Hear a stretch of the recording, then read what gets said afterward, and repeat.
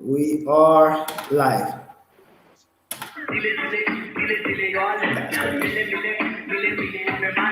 Ladies and gentlemen, it's Okay. that time of the day again, and we are live. My name still remains King Fasten Ajo, your brother in the struggle.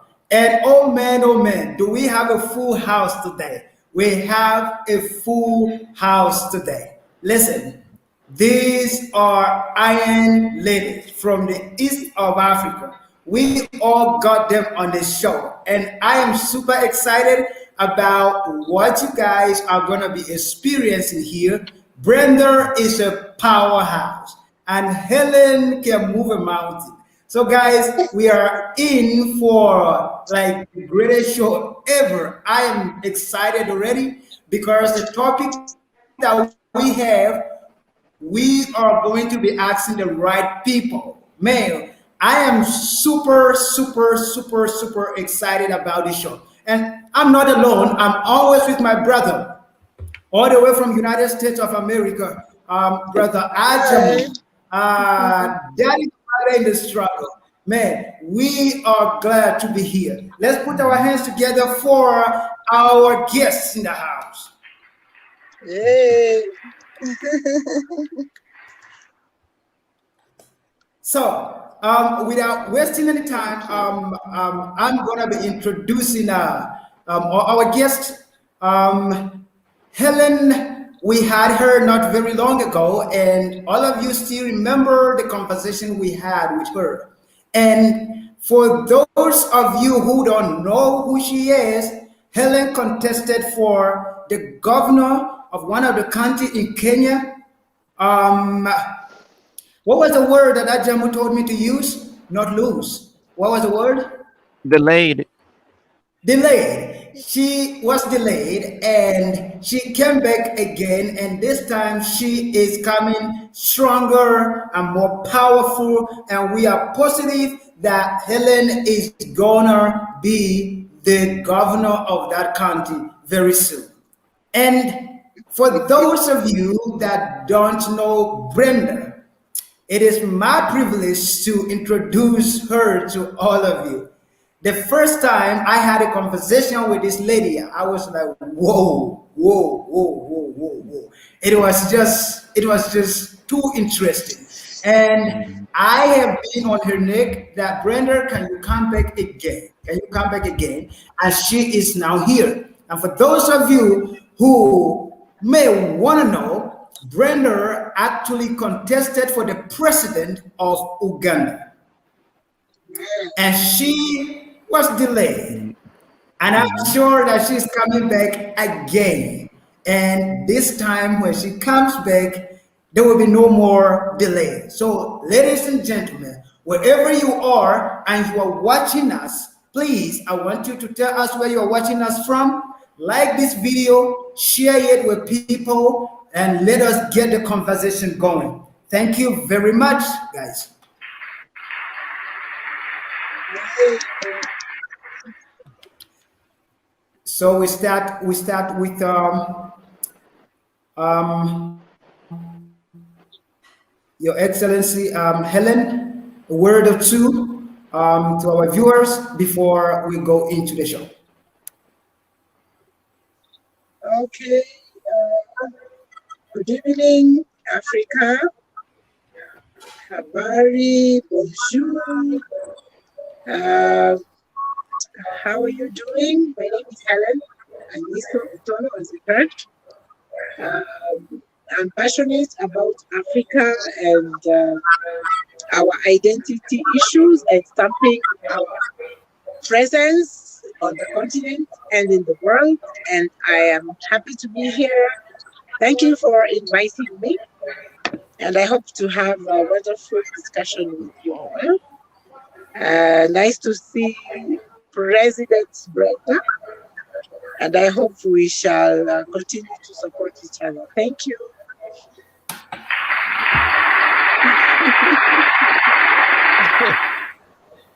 I don't know whether Brenda is still there, or she just went somewhere. Um, yeah, I think she I think that's a network issue right there. But then, thank you so much, Helen, for coming on the show, and it is always a pleasure having you here with us.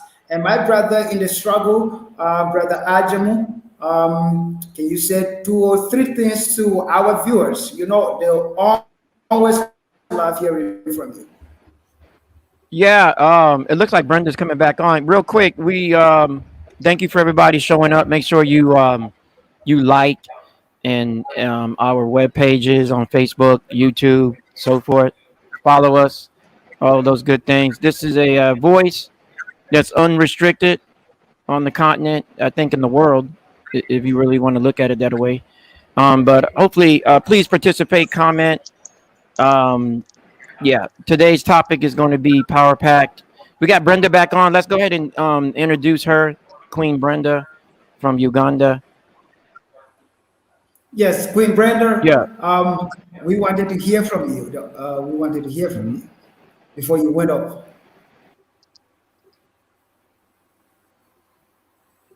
But, um, Brenda, you there?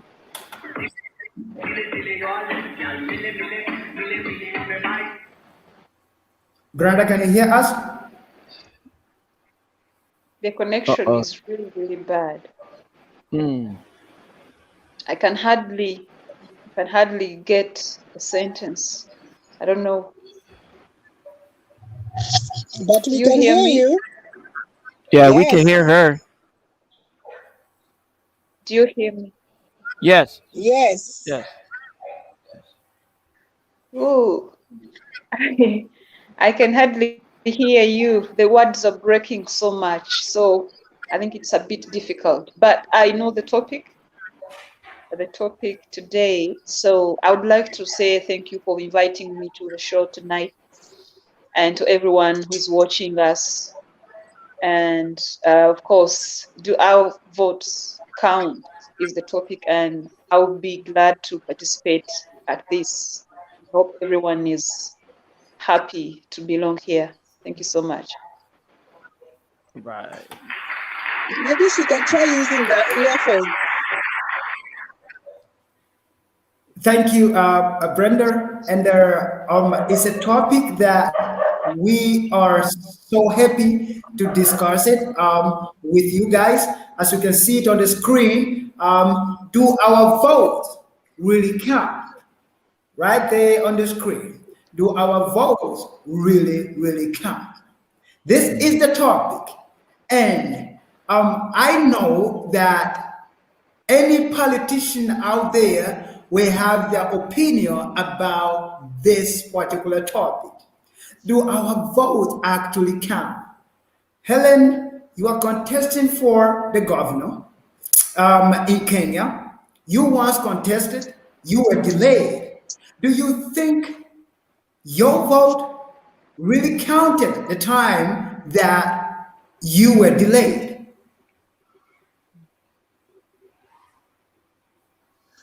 Okay. Wow. Thank you very much for that question. Um, to be honest, I'll just tell you what actually happened in my case. Initially, I started off as a contestant who was to contest on a political party. But then when I realized that the party nominations were not what I'd call fair or transparent or not at all, I decided to run as an independent. So the challenges of being an independent is that your votes will not be guarded well, and therefore they may not count because the people who are counting the votes will not count your votes because you don't have agents or enough people to supervise your vote. So I know people voted for me because I did a lot of work going around, you know, thousands of of square meters around my county of Vihiga. But now, when it came to counting the vote, because I was an independent candidate, the people that I had entrusted to actually watch my votes being counted seemed to either have been compromised by my opponents, or they were not facilitated by the people I had put in charge of making sure that those votes were actually counted and counted well. So that is my own personal experience. But now, on a general level, you know, there is, I think, is it a Russian politician who said that it is the people who count the vote that matter, and not those who actually vote. Which now brings us to the institutions like the electoral bodies around, around the world, that are charged with the responsibility of ensuring that every vote is counted.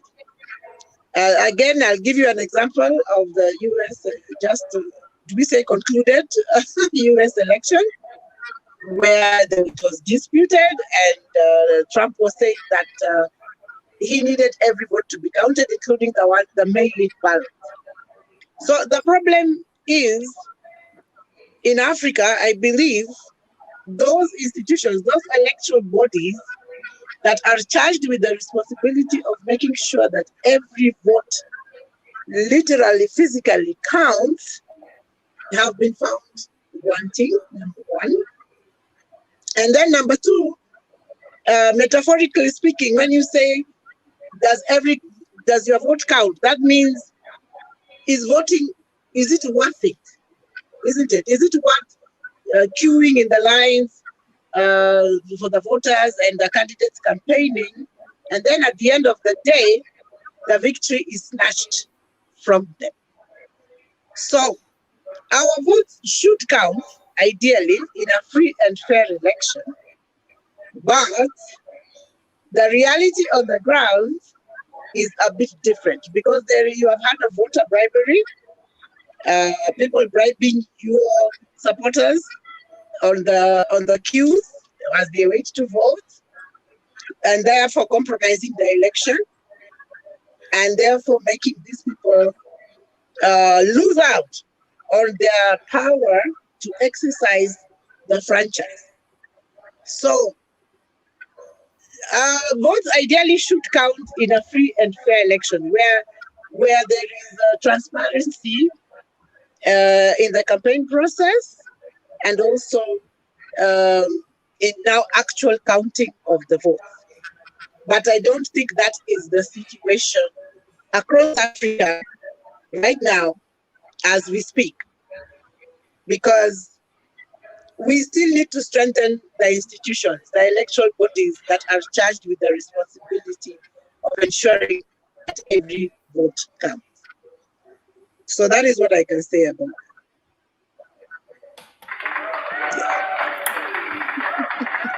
So, Brenda, I don't know whether you can hear me very clear. Can you hear me now? She should put on earphones. Oh, there she is. Help. Yeah. I see her. Yeah.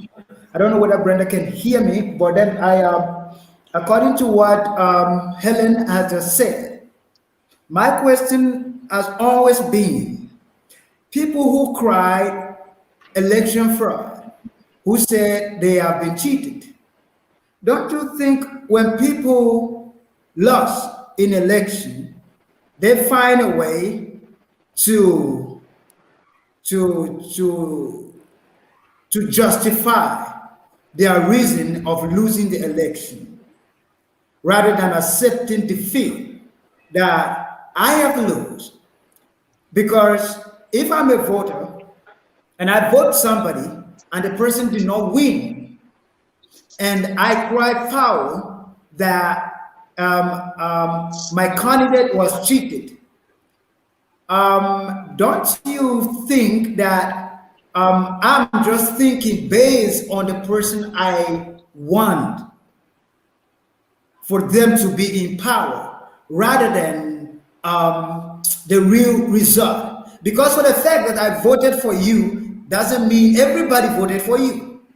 I am the one that voted for you. It doesn't mean millions of people did the same thing that I did.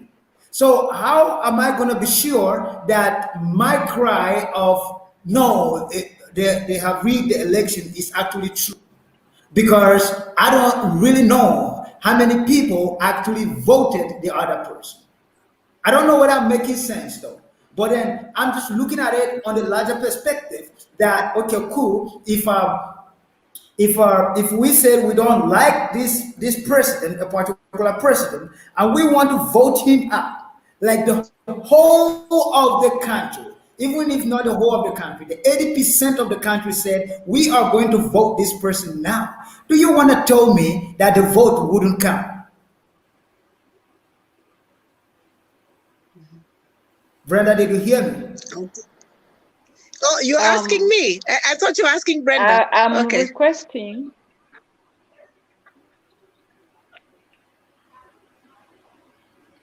I would Brenda? request that you, as you speak out and ask the question, you also type the question so I can be able to read exactly what the question is. Because there are very many interruptions coming through the speeches from that side. Oh, so okay, I need cool. to be sure. Great. So yes, please do type. Thank you. Okay. Okay. Okay. So. Okay. But Helen, yeah. Okay. Okay. But Helen, as I'm typing, can you try to answer this question because you heard me? Yeah. You are raising very fundamental issues about democracy in elections. Now, elections Yeah. have to be free and fair, first of all. Yeah. And secondly, the institutions that are charged with counting the vote have to be transparent in counting the vote. Yes. So that everybody is able to see that all the votes that were cast in this particular polling station, there were 100,000 voters, and we need to know how many voted, how many votes were spoiled, and therefore then we're able to know then who won. Now that is at the level of the institution, the referee. A referee has to be fair. A referee has to be objective. Now, at the level of the voter should be allowed to cast their vote without interference, so that if I want to vote for Ajamu or I want to vote for King Kazan, then I should be allowed to do that in secrecy. Because remember, voting in many jurisdictions is secret. So that I am exercising my franchise in the space and the freedom that is accorded to me by the Constitution. Now, you asked a very important question. Why do people contest elections? This is allowed in the Constitution. You are allowed to petition the courts when you feel that you were not treated fairly or that your votes were not counted. So that is in the law. And why is it in the law? It is in the law because the law recognizes that there are people who will try and cut corners and go around and steal elections. And that is why we have that provision for petitions. Otherwise, we wouldn't have it if everyone was straight and doing the right thing. So the idea of the courts, the petition stage, where you feel that your votes were rigged, is for the courts Yeah. to look at the process. Remember, voting is not an event, it is a Yeah. process. And the process begins when the whistle is blown for the candidates to campaign. And there is a Yeah. period. You're not supposed to wear what you call campaign materials at the election place. You are not supposed to staff ballots. We have heard about people staffing ballots before with other people's names, and therefore they win the election. So the buck stops with the institution that is charged with the responsibility of ensuring that elections are free and fair. Now, when a candidate goes into an election, you are supposed to prepare two speeches. Yes. The concession speech, right? When you lose, Yeah. and the winning speech when you win. When you see people contesting an election, most of the time is that the election is not seen to be fair. This is where the problem is. So that's where you find people contesting elections. It is within their right. However, if we didn't have bodies that were transparent and voters were allowed to vote without intimidation, without bribery, without interference, there would be no need to have to contest elections, and whoever loses would read their concession speech. That is what I think.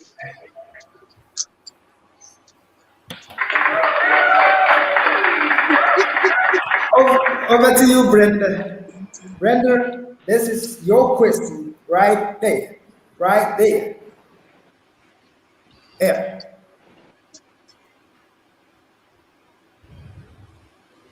Okay. All right. So thank you so much, everyone. If everyone can hear me, then that's okay. I want to say our votes do count really all the time. Yeah. And that doesn't mean we overlook the fact that there are always very many reasons why people wake up and say, we don't believe it was free and fair. And when we reach that point when people are complaining, then we need to look well and analyze and see why would people complain. So your question is saying people are only crying election fraud only when they have lost. But let's say the losing does not start when they announce the results. The losing actually starts when the campaign starts.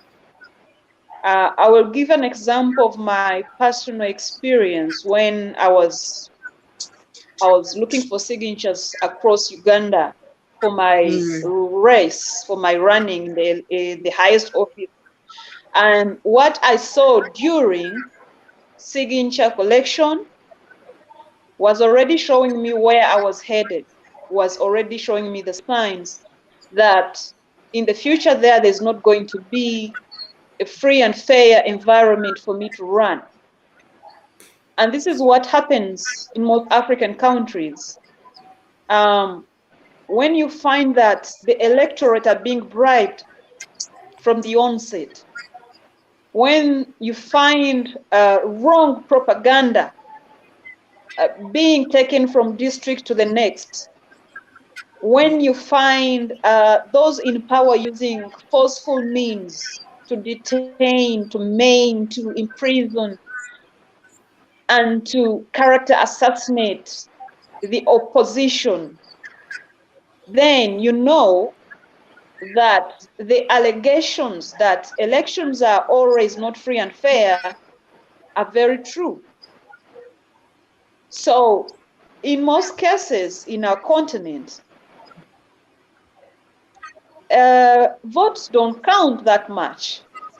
Those in power and those who count the votes, and actually those who have the means, are the ones who win. So even when we would want to say people are complaining because they lost, we also need to admit that in most cases our campaigns are rigged, the elections are rigged, the results are rigged, and this is all because we are subject to using and participating in a system that is not indigenous to us. I mean, the whole political system is designed to keep us in strife. That's why I think even if we would not have opposition, they would make sure they create it. They would make sure they create opposition to make sure they give us the illusion that this is a democracy. So for this democracy in political system to survive, there must be some struggle of some sort, opposition, and those in power using forceful ways to show you they are in power, and having the opposition on the streets demonstrating and rioting. Like, that's the only thing that validates that this is a political system designed for that purpose. So to say that votes count, for me, would be a lie. If the votes counted, we wouldn't have some of the highest ranking dictatorships in Africa. I mean, this is what we have, and we have this because votes haven't helped us to get rid of dictatorships. So I guess everyone gets it, that yes, we do all of these things, but somehow they are also presenting diversions to the real struggle that we should engage in. So every time we have these political campaigns and seasons, all of our people are deeply immersed in the narrative of the politics and rigging and opposition and fake democracy, and that way we lose track. So that's what the votes do to us and to all of us. Thank you. That is powerful. That is powerful. So Mr. Ajamu, I want you to like just play this other question. Listen, I still believe that votes count. The only reason why these dictators all over Africa have power over us as a people is because of our division. I always believe that when people are united in pursuing a common goal, there is no dictatorship that is too powerful to overcome the voices of the masses. So my question to Brenda, I've typed it already. Is it possible that if 80% of the population decide on one voice that we are going to vote this person out of power, do you still want to tell me that they can use one way or the other to rig the election? Is that possible? Yeah, the question is somewhere I typed it already. Did you see it, Brother Ajahn? Yes. There's the question down here, Brenda. Can you Yeah, answer me okay, this I question? see. I see the question. Okay, let me answer that. 80% of the population decides to vote for a single person, and still we have fears that the votes will still be not counting. No, This is count. very possible. This is very possible. I'm going to explain. I'm going to explain. When we talk about dictatorships, in most cases we are looking at presidents, and in this case we would say just one man. We have one dictator in the whole country, and the country is 44 million people. And the 44 million people are crying out to the world and saying, we are tired of this dictatorship, but the dictator is just one. What does that tell us? It only tells us that a dictatorship is a very, very organized system. It is this one face you see, but this is one face that has got a whole big organization around him that is enabling for this dictatorship to thrive and to survive. So when we talk about the 80%, we should also look at who of the 80% has access to money, who of the 80% has access to power over policy making, who of the 80% has access to military, you know, who of the 80% has access to arms. So who of the 80% has support from the outside world? Our answer is always no one from the 80%. And when that is the case, you can really look at the 80% as such a big thing, but the dictator has the whole world for his support. He has the Western world, he has the most powerful countries, you know, and most of the policies that are guiding the country are mostly the agreements and pacts that were signed by the presidents, actually the previous presidents, that these dictators are riding on to make sure these dictatorships survive. There's something I also want to tell you about how dictatorships survive. The Western world will tell you they don't support dictatorships. They will actually tell you, we think it's wrong. We think that dictatorship is going overboard. We think it should be taken out. But the same people go ahead to support it. They go ahead to enable it to survive. And like I said before, that's how the system is designed, to give the people an illusion that you have a democracy. Since we have some opposition that can go on the streets and speak against the government, then that the situation is not bad enough. For them, that's a democracy. So it doesn't matter how many people are saying we voted. In my situation, during the voting last year, we had very many people who never left their homes because they were scared. We have polling stations where there was the army forcing people to vote for certain persons. And we have very many people who were locked up, who still are locked up. So all those people would be counted among the 80% that needed the change. But their wish is not granted because there is some kind of force that they are subjected to that forces them to do other than they would have. So this is how our votes fail to count. This is how. Interesting. I'm actually typing something. I'm actually typing a question for you. But then the honorable Helen, do Yeah. you think, if you think 80% of people? Well, I understand very well what Brenda just said. It makes a lot of sense. But do you think 80% of a population vote one person? Their vote is not divided. They vote one person. They said, this is the person to take us out of this. Do you think that candidate will still lose because of the election and fraud? Okay, first of all, I'm trying to identify just what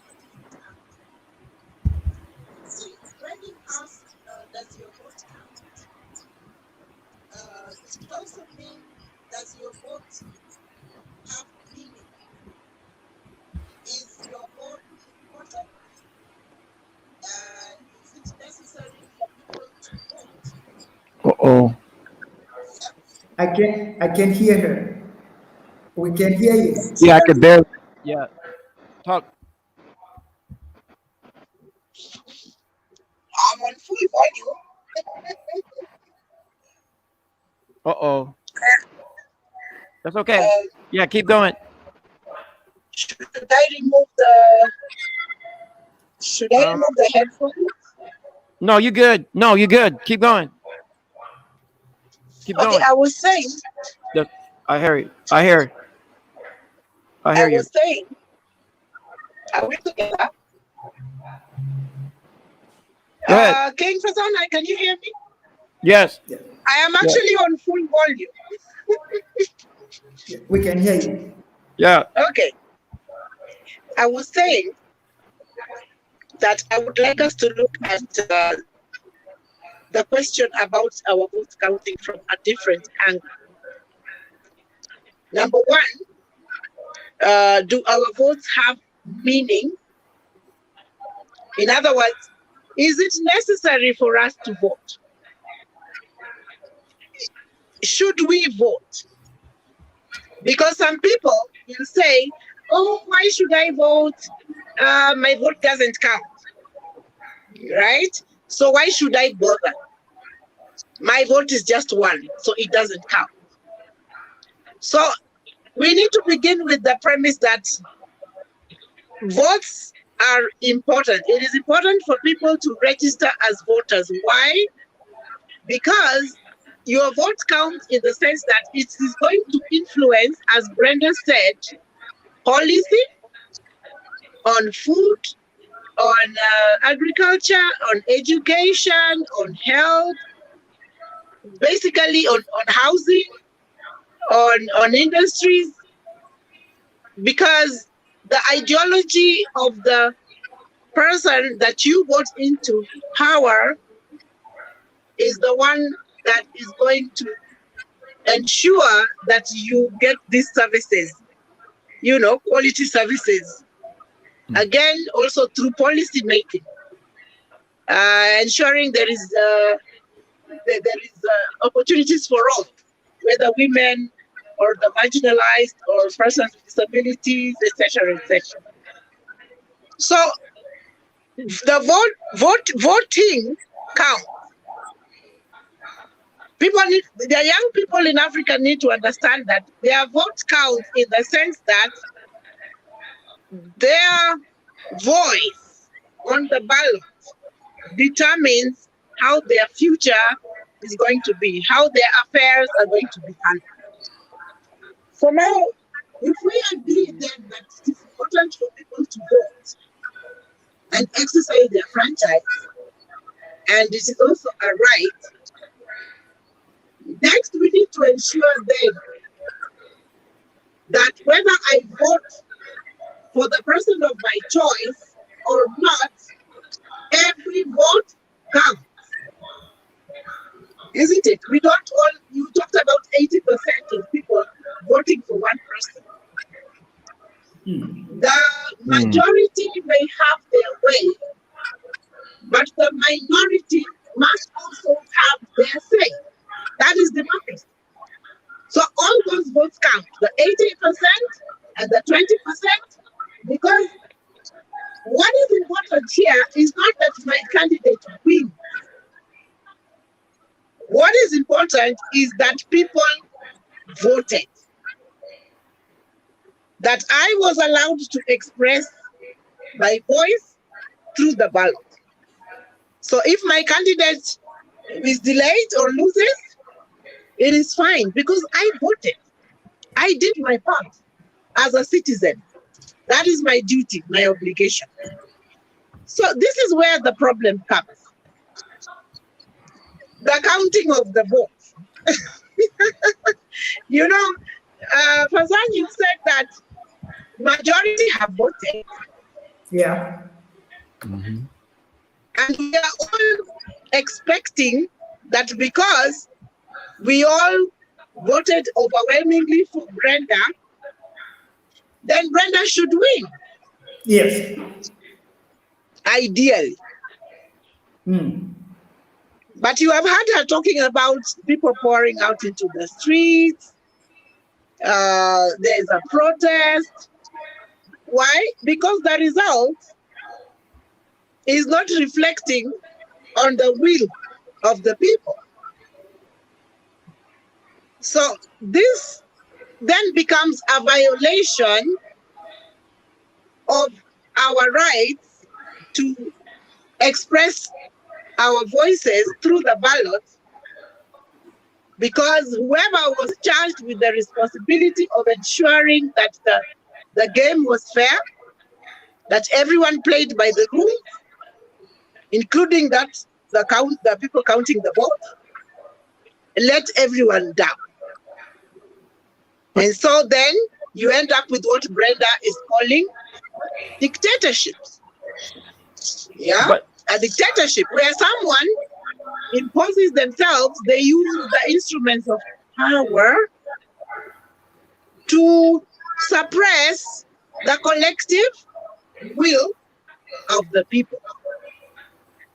And that is why we need to talk to young people so that they should not be discouraged by not voting or giving out. They must take the vote. Whether the vote is counted badly or not, they need to be encouraged to vote. And then, yes. The question I wanted to ask was, why will I continue voting if I know that my vote is not going to count anyway? Like, why should I continue to vote? You must continue to vote because you are doing your part as a citizen.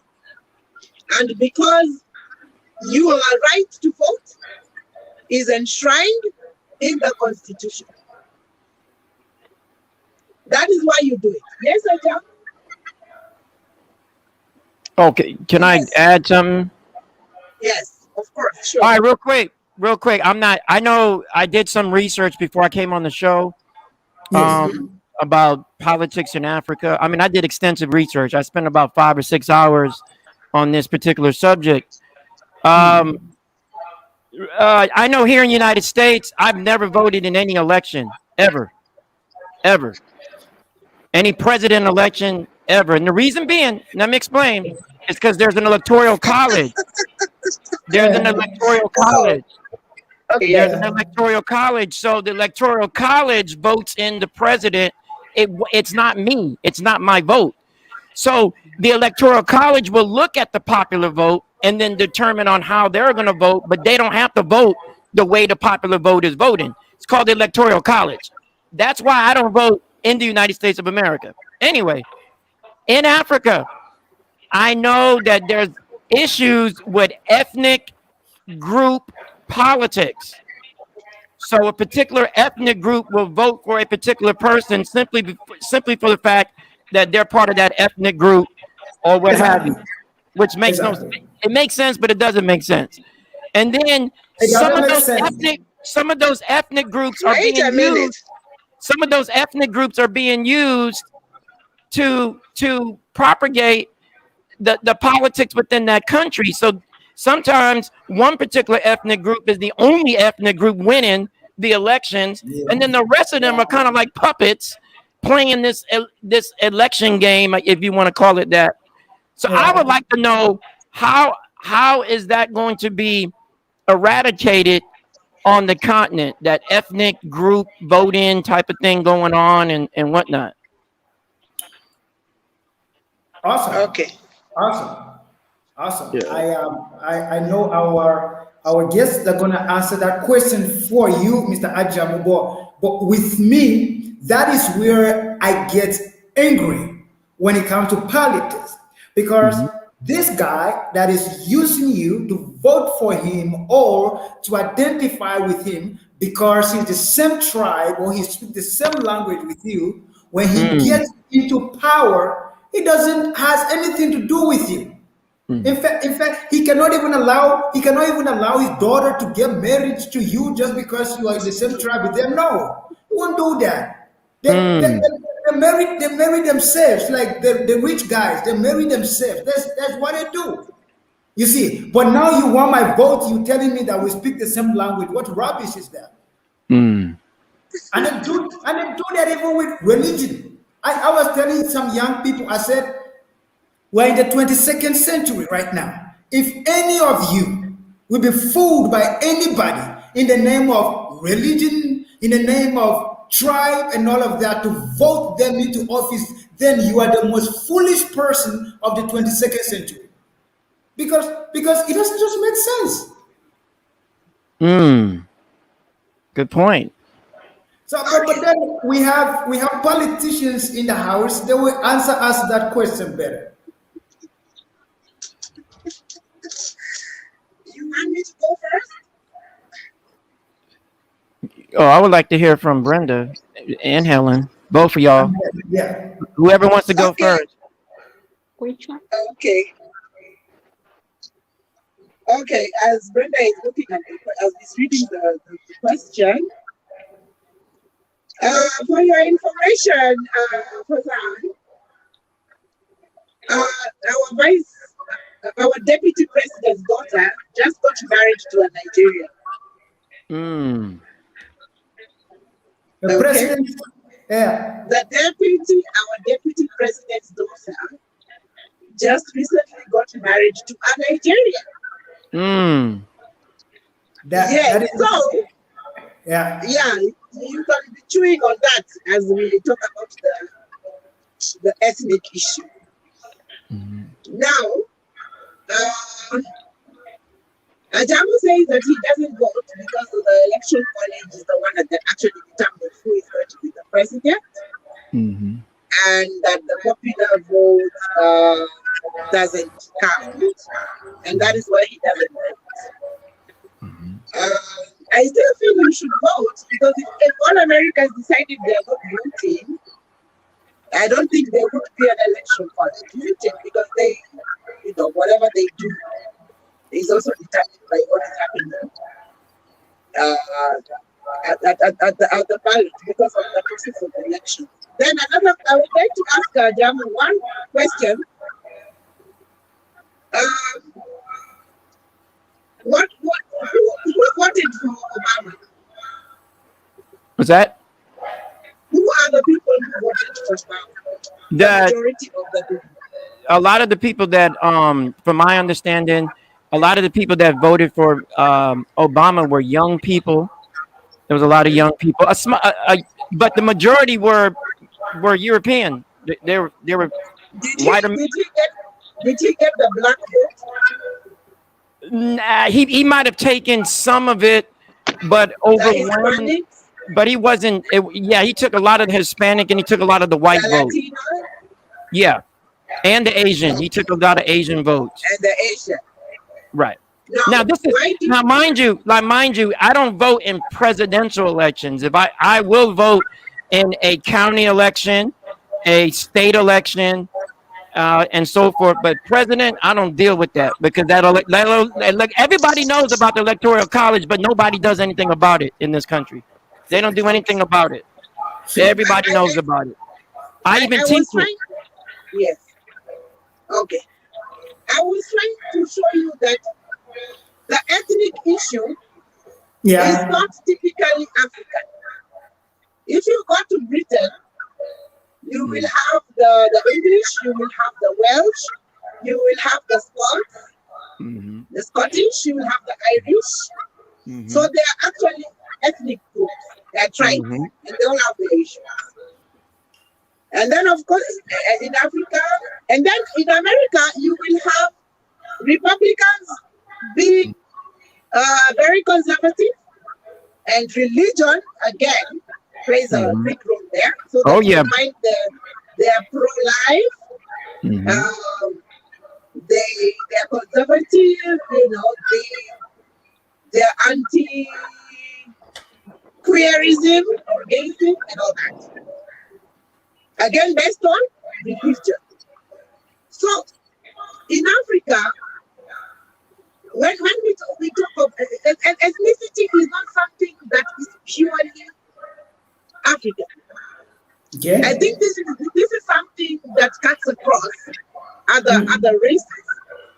Now, the problem is not with the people. It is the politicians. It is the politicians who box people into ethnic groups. That my tribe has to have a state, your tribe has to have a state, and your tribe has to have a state. I'll give you an example of my children. When my children were growing up, I lived on campus on a street called Gambia Street. Our streets were named after African countries. Now, on Gambia Street, I had children from 3 ethnic groups living on that street. I had a Russian on that street, a Russian child, an Asian child, and so we had a European, we had an Asian, we had 3 ethnic groups, but they were not ours, and then who else was on that street? Yeah. Now, my children used to play with these other children. The Russian guy was called Enoch. Enoch was white. He was pure white. He was European. The Asian girl, to me was Asian, so she was this brown color, and then the rest, were black. But my children never saw color, never saw ethnicity, never saw language. Can you hear me? So my children would play, ride bicycles, they would go visit each other, and they never saw the color of the skin or the language. That I am Nuya, the neighbor is those are the Kenyan tribes, right? So when the problem begins? The problem begins when the politicians begin to divide us along ethnic lines. And some of them will commit crimes and then run back to their community and say, oh, they're being targeted. Oh, things are happening to us because of our tribe. So this is a problem that we as individuals need to transcend. We need to overcome it on our own. Because in business, we don't look at ethnicity. This problem only comes during politics. For example, my gardener is not from my ethnic group, and I pay him to do my gardening. The lady I buy some of these, what we call the local snacks, they're called chapatis, is not from my ethnic group. The Uber drivers, the taxi drivers that we ride with every day are from different ethnic communities. So how come we are not fighting with them at that level? Why is it that we need to fight and put ourselves into cocoons when it comes to high political office? So that is where the problem is. We need to put politicians at a higher level of accountability and not allow them to divide us along, the Fulani, the Hadas, the Fulani, those religions in the West African regions that, you are fighting because of different faiths. Someone is creating this, and we, the followers, are allowing ourselves to be sucked into it. So we should say no to ethnicity and learn from the children. They don't know ethnicity. They don't know race. They don't know skin color. Children are children. They do the same things. They desire the same things. They want the same things. So our young people need to get away from this idea of ethnicity, because it is a very bad legacy that is being handed down to us by the leaders who have come before us. So I would say no to ethnicity. It is wrong. It is counterproductive. Well, yes. I was going to say, Helen, that you're exactly right in what you're saying. Overwhelmingly, African Americans in this country voted for Obama simply because he was black. Yes. However, people like me who read and open books and look at the text, I know the man really wasn't standing up for our people, even though he had the same color skin as me. So I knew. So that's why I didn't vote for the man. I'm not saying he's bad. I just know that his agenda was different. So I didn't care if he was black or not. I cared about his agenda. What was his agenda? His agenda was not the same to mine. So it didn't matter to me if he was black or not. However, I know a lot of African Americans, they voted for him simply because he was black. And they do that all the time. They do it all the time. And I'm like, what you gonna do when you go to Africa? Because everybody's black. So what you gonna do now? You just gonna vote for everybody? I mean, I'm just saying, I'm like, man, y'all gotta read and see what the person represents, and then try to figure out how your vote is gonna, But that's what happens here a lot. Person's black, they win. They even tell you that. I know a lady. She ran for senator right here in Orlando, and she was like, I know I'm gonna win because I'm a woman and I'm black, and everybody gonna vote for me. And sure enough, she's senator right now. She's a U.S. senator.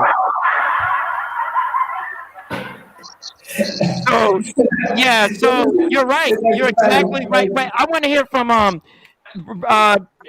Honorable Brenda. I want to hear from Brenda. Yeah, Brenda. Right. Brenda, President yeah, Brenda. Wait, President Okay. Brenda of Uganda. I'm sorry. Go ahead. No, I'm just. Never mind. Let me stop. It's coming. Yeah. Yes. Yes. Because you might be saying that because you're black, as you said. Because when we think people are black and we are black and we think we will have all the support, so sometimes we mess things up. Yeah. So how can ethnic group voting be eradicated in Africa as a whole? Fast forward, I would like to say that most ethnic struggles started way back in colonial times. When colonialists came here, their way of winning was to divide people. And so they would look at this ethnic group and tell them, you know what, we are going to give you this and that, so help us to defeat the next one. And sadly, people in Africa bought into that, and it has been working up to this day. It has been working up to this day. So that's something that's really important to understand. Yeah.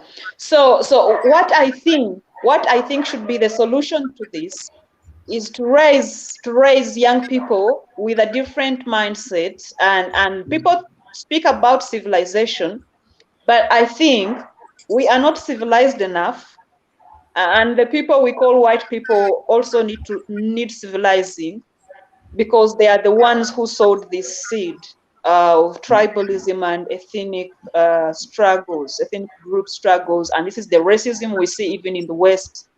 So the civilization should be about teaching people about humanity, that no matter who you are, no matter where you come from, no matter the skin of your color, no matter exactly where you belong, no matter which tribe, which clan you come from, if you do not have that essence of humanity and what a leader should know and should do to the people, if you are a leader of Uganda, you already know you have countless tribes in Uganda. And you're calling yourself a leader of Uganda, meaning you are a leader of all these tribes. So you cannot be a great leader when you are dividing the tribes and giving advantage to the tribe and not to the next. So to grow up and to raise a generation that can look past the tribal lines and clans and races to bring peace to the world is very paramount in this age. So, for example, in my country, we have many tribes, and I am lucky to have interacted with most of them. When you're not, like as Helen said, when you are talking outside power, somehow you get along somehow. But when power is involved, that's when you see the division. That's when you see people thinking like, that tribe is in power or that tribe is not treating the next tribe right. So even racism, I think, If someone meets me from another race and probably insults me, I might overlook that and continue on my way.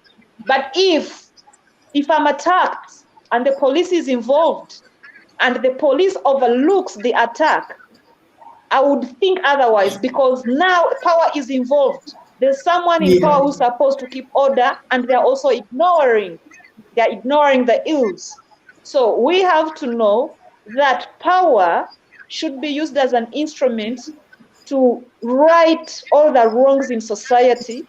But when we have the wrong people in power, we know what? The mess that we have today, that we have in the world, is what we see. So I would also like to say what the brother said about us wanting to vote someone because they have the same skin color like us, and in the end we start regretting, like we really are not paying attention to the right things. We are not Yes. speaking directly to these people and finding out exactly what values, principles, and interests they hold. So because we want to judge the book by the cover and say, you know what, she's a black woman, so I'm going to vote for her. When I voted, So that's yeah. how we are losing it. That's how we are losing it. So I think that this is what we're supposed to know. This is what the young people are supposed to know. So it all goes back to educating the young to make sure we raise a generation that will be dependable for the future. Thank you. But you see, Brenda, when you talk of educating, We got yeah, Dr. Musa, we must clarify. Yeah. yeah. So I got a quick question for both of you. Oh, Now, when you talk about educating the young people, uh-huh.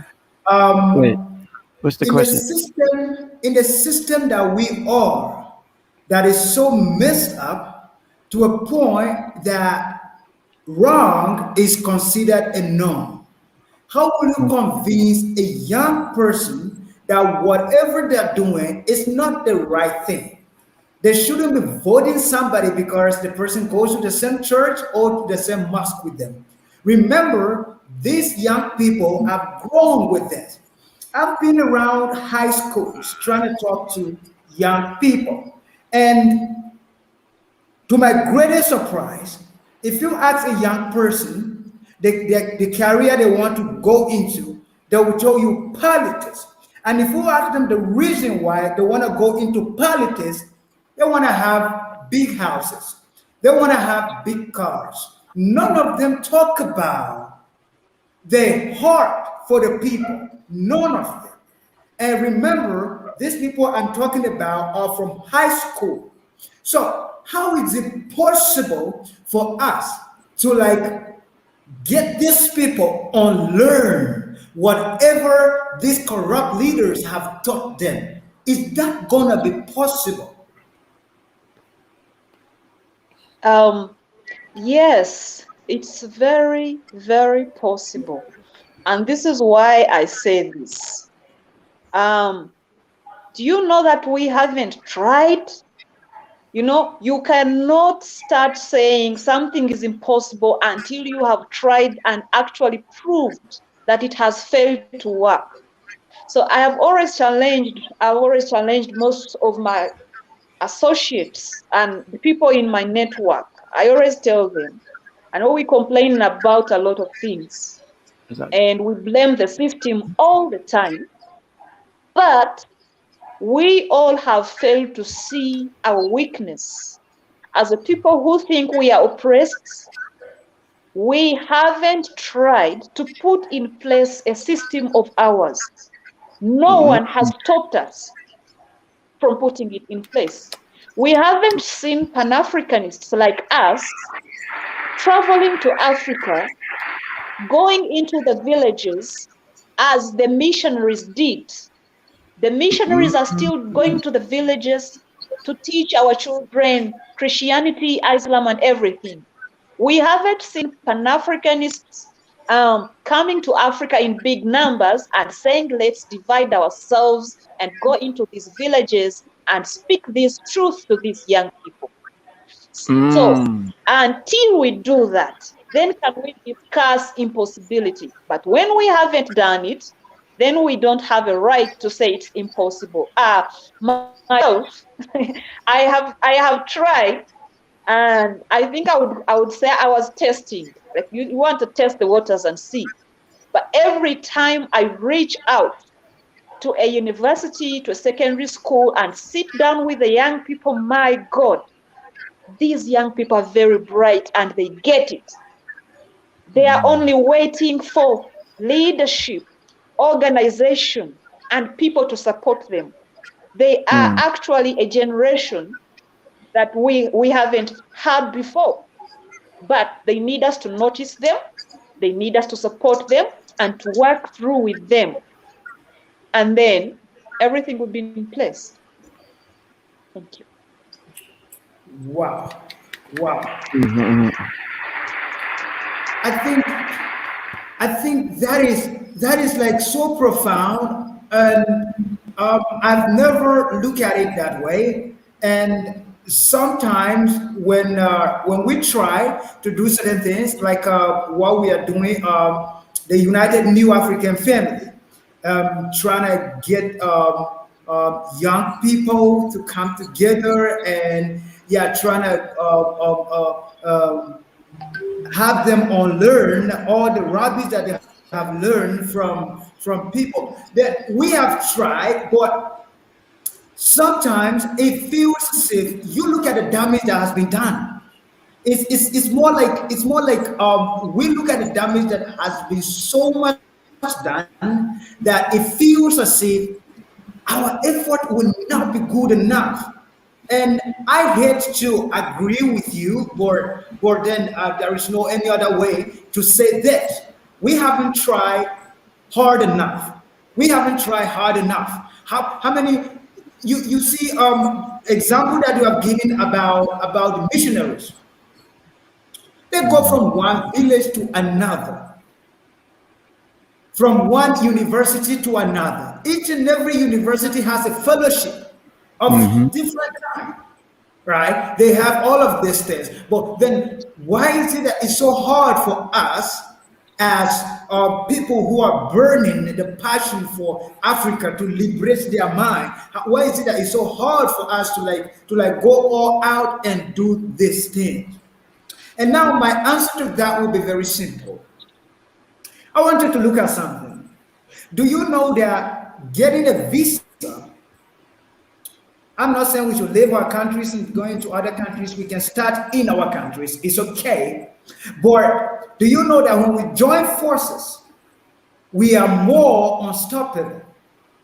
Now, you spoke about people in your network, in which I'm assuming we are included in that network.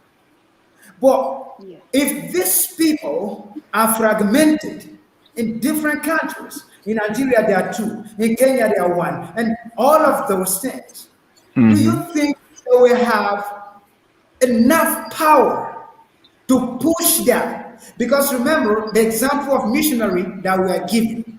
These guys, they will they will come together, let's say in London. They will decide that, okay, cool, we have 1,000 of us here. We are sending 5 in South Africa, 10 in Nigeria. Do you know that for you to get a visa from Kenya to South Africa is actually harder than for you to get, for an American person to get a visa to South Africa? Do you know that? I Mm-hmm. know, I know. And I understand Exactly. what you're speaking about. Yeah, I I, understand what you're speaking about. They did the scramble. That's how they did the scramble and partition. They sat in a room and divided themselves and said, you are taking Uganda, I'm taking Kenya, she's taking mm-hmm. Tanzania. And when they moved into those countries, they came as they came actually, I think they came as people who were doing charity, and with the church, and we with the leaders that were going to take these countries into colonial establishments. And there's one more thing you mentioned about having fellowships in every school, every university, and every secondary school and primary. We also have to remember that religions were enforced by the fact that these workshops, meetings, and fellowships were happening almost daily. And when you look at it now, it's either 3 days a week people are going for fellowship. What does that tell you? These people are making sure what they're teaching you doesn't escape from you. They make sure the knowledge, you are getting it and being reminded every day about it. So Right. saying some of us have tried to reach out. I will also say we really haven't tried enough, because if you have reached out to people maybe once a year, or you've had an event and you call these people to speak to them, and you also realize that the damage that happened has gone deep into their souls, then you have to know that for you to undo the damage, you have to go a very, very long way. If these people have been damaged for the last 400 years, you cannot expect to undo the damage in one day, not even 10 years. So this means, this is where we talk about organization, planning, strategy, and persistence.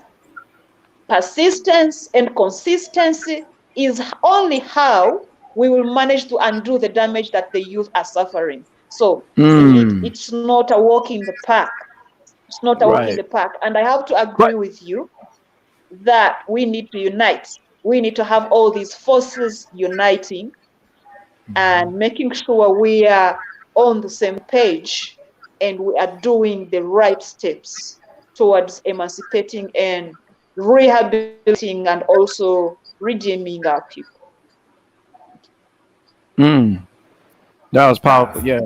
Yeah. That's powerful. Yeah. I was gonna add real quick that it does make sense with what Sister Brenda's saying. It's real simple.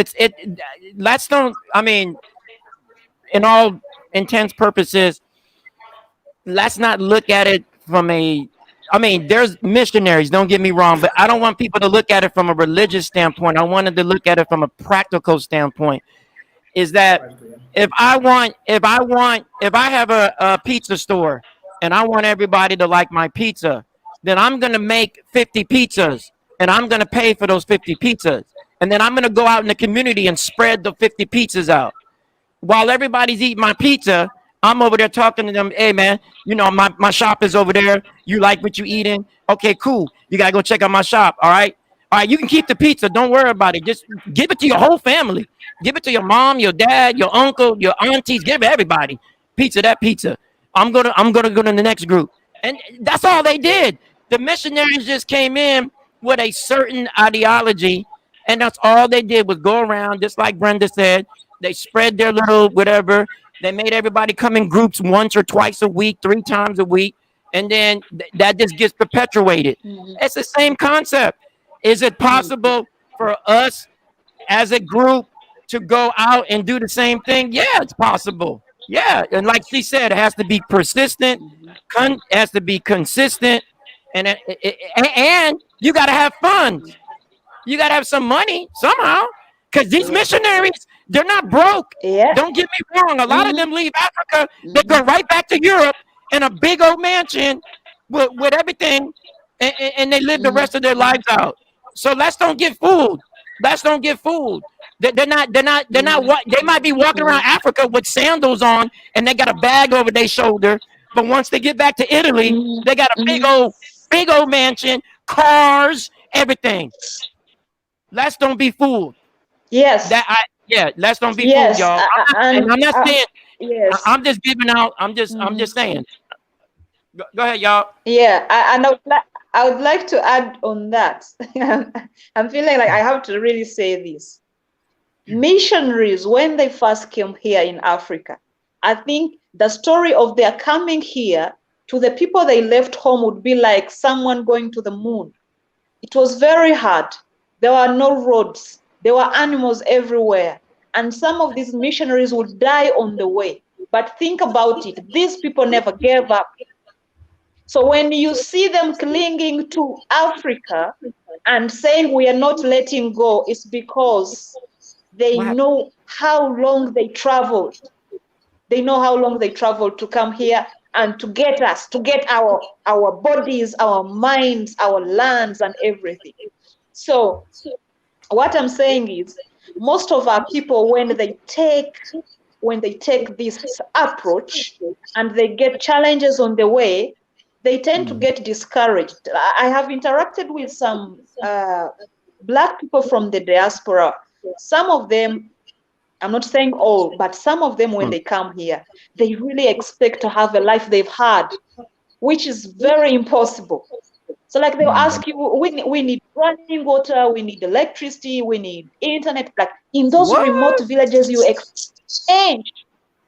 So this kind of mindset that tells them that everything should be okay for me to return is also they lose sight of the fact that you are not coming here to have a good life. You are coming here to repossess what was taken from you. But you must also pay the price. And the price is what? Conditions that you find here and what you need to facilitate your stay and how you interact, and maybe even the challenges you meet interacting with the natives. Maybe they will be hostile. Maybe they will not like you. All these things, the people we call enemies went through them. After very many years, they won. So if we are going to win, we must be sure and we must know that there's a price to pay and we must be ready to pay it. That was really insightful for you to raise that point. All right. Thank you. Thank you. Thanks. Helen, you want to chime in, Helen? I can't.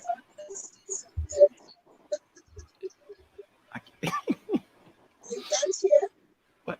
You're whispering. I could. Oh. Should I remove the earphones? No, you good. I can hear you now better. Oh, you're on mute.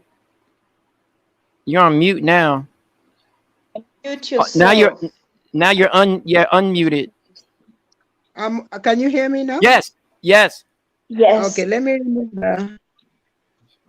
remove the headphones. I like to put this on because sometimes it helps with the network. The AirPods. Yes. Okay. Yeah. Yes.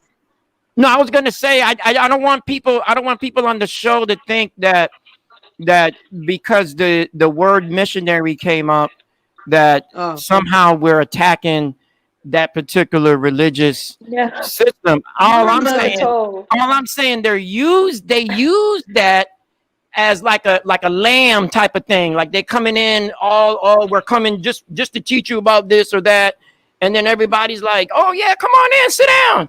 We'll listen to you, and it's like, man, that was the biggest mistake in my opinion. But I'm just saying, I'm not attacking anybody's belief system. Believe me, I don't do that. I don't do that. Okay. I don't do that. I'm against that. Go ahead. I think what Brenda meant was she was using the analogy of the persistence and the resilience and the consistency with which the missionaries came with the message. The idea was to pass on the message. And at this point, I would like to distinguish between a missionary, explorers, and evangelists. Yes, because wow. My mom grew up in a mission. And in fact, in my community where I come from, my mom's people are known as the Europeans because they benefited from European language, education, and culture.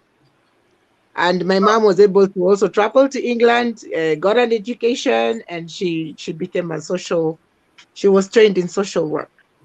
So the missionaries did a good job in that we did have an education, a basic education, or education that allowed us to grow, and then also the Bible principles that were taught managed to shape our values. So there is the positive part of that. The negative part of the missionaries was where some of the missionaries were used by the so-called explorers, the ones who were saying how they have discovered Lake Victoria or how they discovered Mount Kilimanjaro, which had always been there, but to Yeah, them it always was been there. Always been there. yeah. So those are the missionary explorers. Mm-hmm. And then, of course, they wrote the stories back home about Africa, and some of those ideas that non-Africans have about Africa are from the stories that the missionaries wrote. How the people are primitive and, base, cannibalistic, so that contributed to even some of the philosophers like Hegel describing Africa, because he said Africa has no history. Africa is a dark continent What? because that No, I know, but it's just they say that because they felt they were writing stories about what they saw, and this was documented. So someone like Hegel, a whole philosopher, a German philosopher, said that they didn't know anything about Africa pre-colonial, before the coming of the Europeans. And because they didn't know anything, it was darkness. And darkness is not the subject of history. it was light. Because he was right. Well, Bright he light. was relying. Bright light. Sorry. You know why they had that problem? Because we have never documented our history. Pre-colonial. Our traditional African history. It's all verbal. Our cultures, our values. And therefore, what we did, instead of just taking the message of the Bible, which is very good, I believe in Christianity and the values, we also adopted the culture of those who brought in the message. I think this is where the problem was. We took the message and the culture and then got everything mixed up and lost the word. So, as Brenda says, we need to re-educate, we need to re-socialize, and we need to re-evaluate our values. Because the mistake that we did is we took cultures, we took religions, and then we lost ourselves at some point.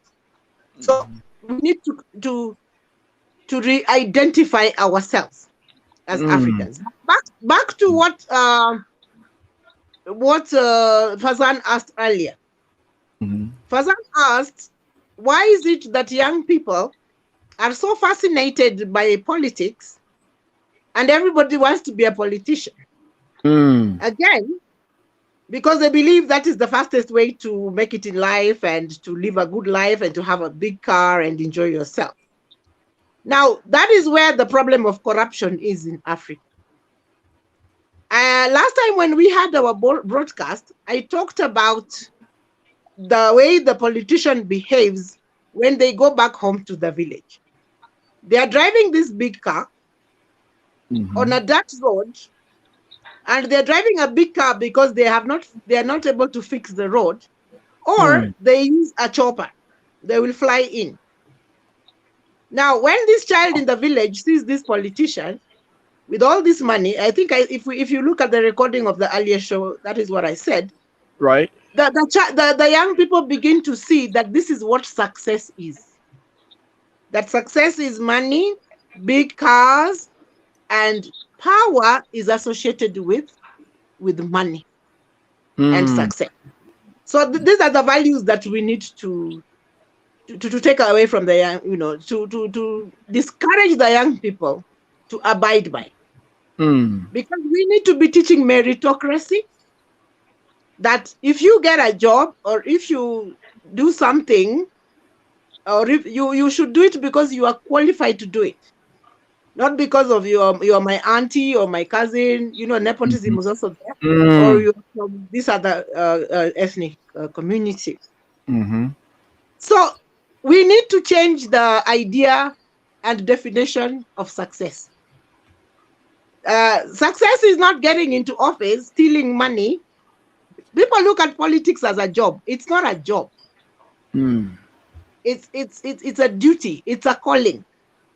Mm. You know, but people see it as a job where you're going to get money from the salary. Then again, you're going to steal, because public money is the easiest to steal, because nobody is actually watching. People are we don't have solid checks and balances to ensure that There's no money is not being accountants. stolen.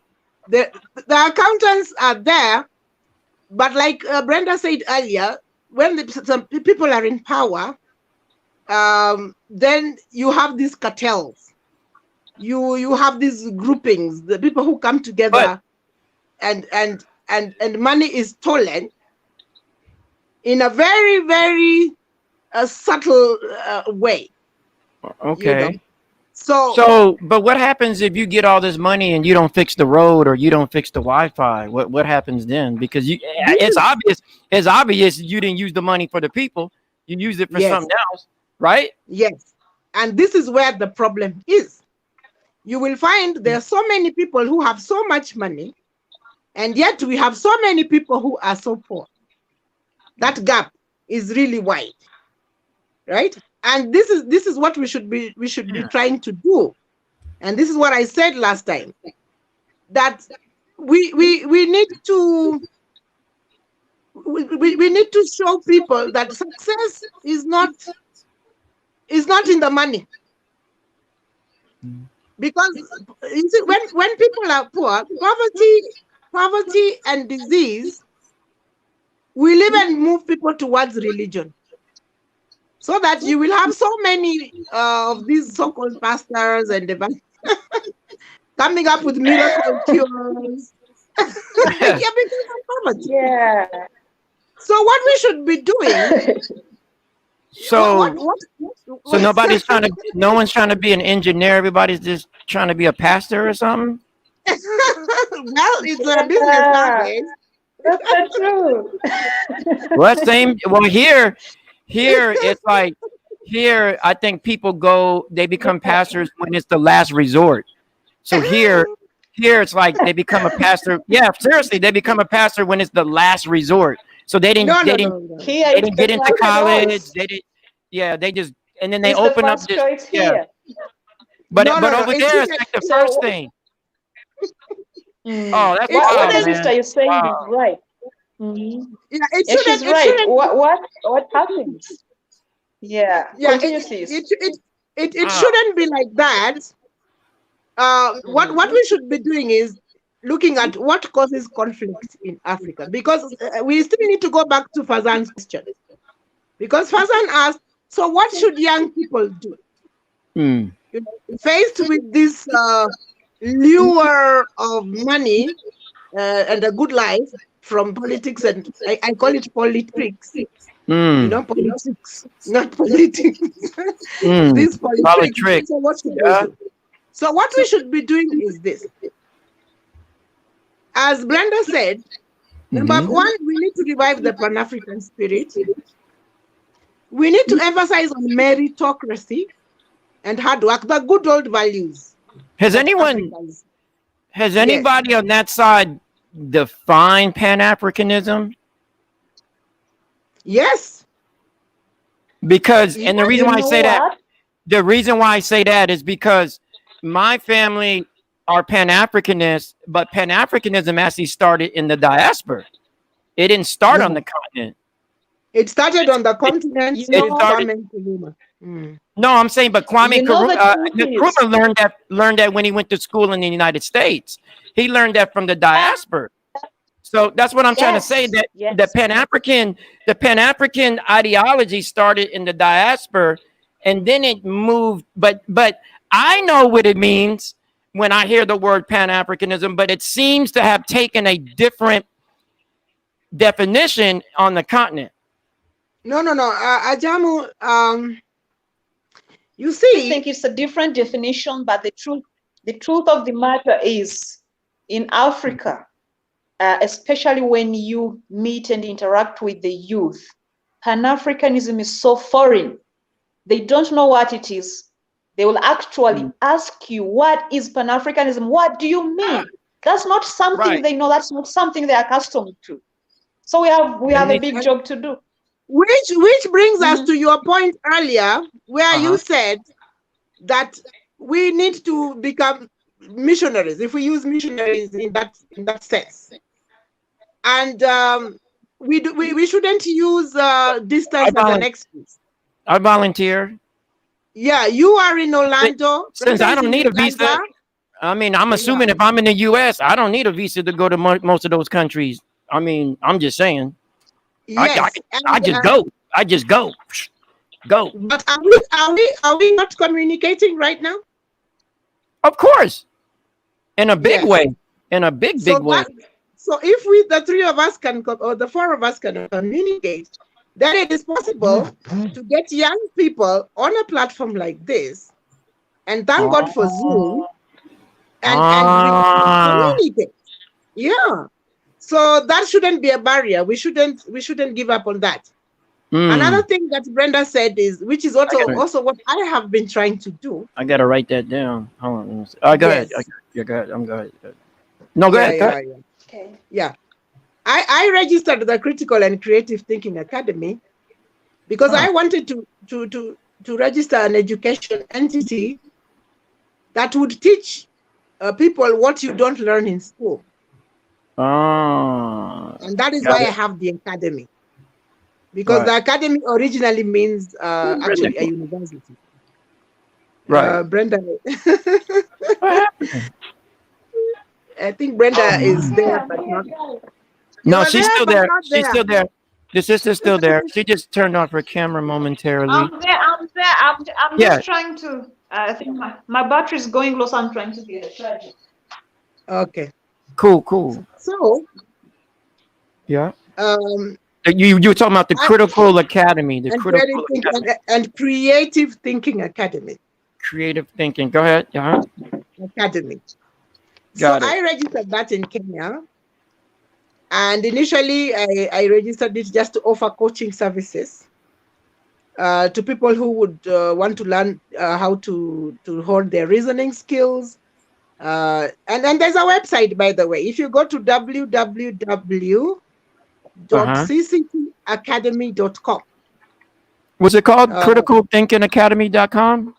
Critical and Creative Thinking Academy. .com. Yes, .com. That's my website. criticallandcreativethinking.com. Yes. Got it. No.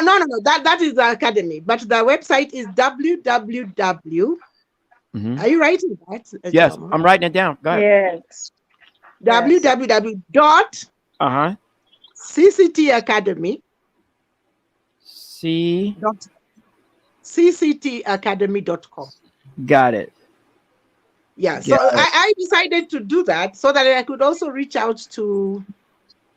Got it. Because that is the subject I was teaching at the university, critical thinking. So I decided, why don't we get this out so that we can begin to reach out to young people and begin to transform their minds and the way they think, which is what Brenda has been doing.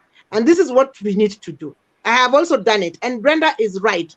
When these people begin to get mentorship, they begin to get leadership, they begin to get guidance, they begin to see someone who is moving them towards a direction where they're able to think for themselves, because a human being is created to be a thinking being. So if you render this person unable to think, then you have basically killed this person. So that is why I registered the academy. And so I do not think that distance is a barrier. In fact, we should thank the creators of such virtual platforms that we are able, like yesterday we had a whole annual general meeting of one of my companies, and we were about 200 people, and we were on Zoom. Oh, wow. So let us not say that distance is a barrier. Right. As we are working towards getting those visas and getting to Orlando, or you coming to Kenya, or we going to Uganda or Nigeria or South Africa, we need to begin from somewhere. Right. If we got about 50 young people on this platform, register them, bring them on board, and then talk about, okay, what is Pan-Africanism? By the way, let me tell you, the African is, first of all, is born religious. Mm-hmm. Even before the Europeans came, Africans have always been religious. Mm-hmm. Number one. Number two, Africans have always had this sense of communalism. That is our philosophy. Yeah. That is who we are. So, as Brenda said, when the Western, these other influences came in, then we were a bit corrupted, and we began to lose ourselves. But as she said, we need to re-educate, we need to re-socialize, and we need indigenous solutions for indigenous problems. And none other than the Africans are going to be able to do this for ourselves. Right. Yeah. So young people are being lured, back to Fazan's question, young people are being lured into worshipping politicians and valuing them so much because the politicians have taught them politics is the measure of success. And remember, I told you last time that success should not be measured by the car you drive or the house you have or how powerful you are. Success should be measured by goals. That if I have set a goal that I'm going to run 10 kilometers and I succeed in doing that, you are a very successful person because you have achieved the goal. Yeah, so we should teach young people to set goals and to accomplish them. And that if we create opportunities for people to get employment, for people to earn income, you will not see any conflict in Africa. Why? Because people fight for Wait, limited. what? What'd you say? You see, if we create opportunities for Africans, young or old, to have income, to make money, Right. to be busy, to engage in economic activities. Yeah, you're gonna be too tired to fight. You'll be too tired. You're gonna be too tired to do anything. Your own money, and you'll be so busy, you will not have time to chase after these people who are coming around with big bags of money. Why? Because what causes conflict on the continent? It is resources. They are not enough. So when the politician comes waving the money, these little monies, you get excited and you take it because they don't teach you how to fish. They keep giving you fish. Now we need to start teaching people how to fish. And then our education curriculum should also teach people about money. Yeah, right. Not just about memorizing facts. And that is what we do at the critical thinking. Yeah. Yeah. I agree. Yeah, economics is definitely big on my list as far as the unity. The unity aspect of it is the economic standpoint. And we are able to now that we are relaxing the trade free trade now laws on the continent, we are able. Yeah, we should be able to trade within between ourselves. Get rid of those borders too. Tired of looking at them. We are going to be. Yeah, we are heading there. Yeah. And so we should be ready with the products. And then I think maybe I know you guys are on the eastern side. Do you guys agree with one language for business and trade? And Ugandans, I don't know why they refuse to speak Swahili, but we speak English with them. Yeah, I thought in Uganda they spoke Swahili. No, but we do a lot of business with them. Well, of course, they're right there. They're right next to you. They're border you. They're right there. We buy those. We buy those materials from them. The clothes at Busia there at the border. Matter of fact, you're looking at. I'm looking at there's a map behind me on the wall, but yeah, the eastern part is definitely unique in that there's been a lot of positive things coming out of the east. Um, and Right. there's other parts that are doing things too. But what I'm saying is, here in the United States, a lot of people they'll tend to want to do things with East Africa versus West. Yeah, For the, I think for the that with simple the fact, East Africans, we've always been together. Remember, we had the East right? African community of Kenya, Uganda, and Tanzania.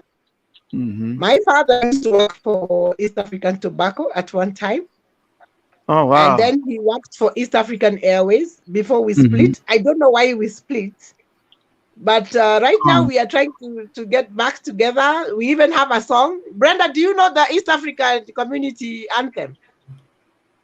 But I think it is in Yeah. Kiswahili. Yes. You people, yeah. Somebody, Da, da, somebody da, Jumuiya da, vote. da, da, Afrika da, da, da, Mashariki. da. I Yeah. know it. I Na, know na, it. na, na, So na, na. Yeah. Mm, yeah. yeah, so I would like to say from everything you said is so nice and really applicable and relevant. Thank you. Thank you so much, Shumba. I see you. So Yeah. I would like to say there is one thing. There is Uh, one thing we need to put into account, and it's called community. Most of the approaches we are talking about can only be achieved if we take a community approach where everyone has a voice and where everyone is a participant.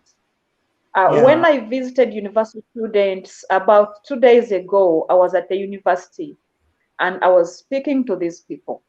And I could see, like, you look in the eyes of these young people when you're speaking to them, and you see a leader in each and every one of them.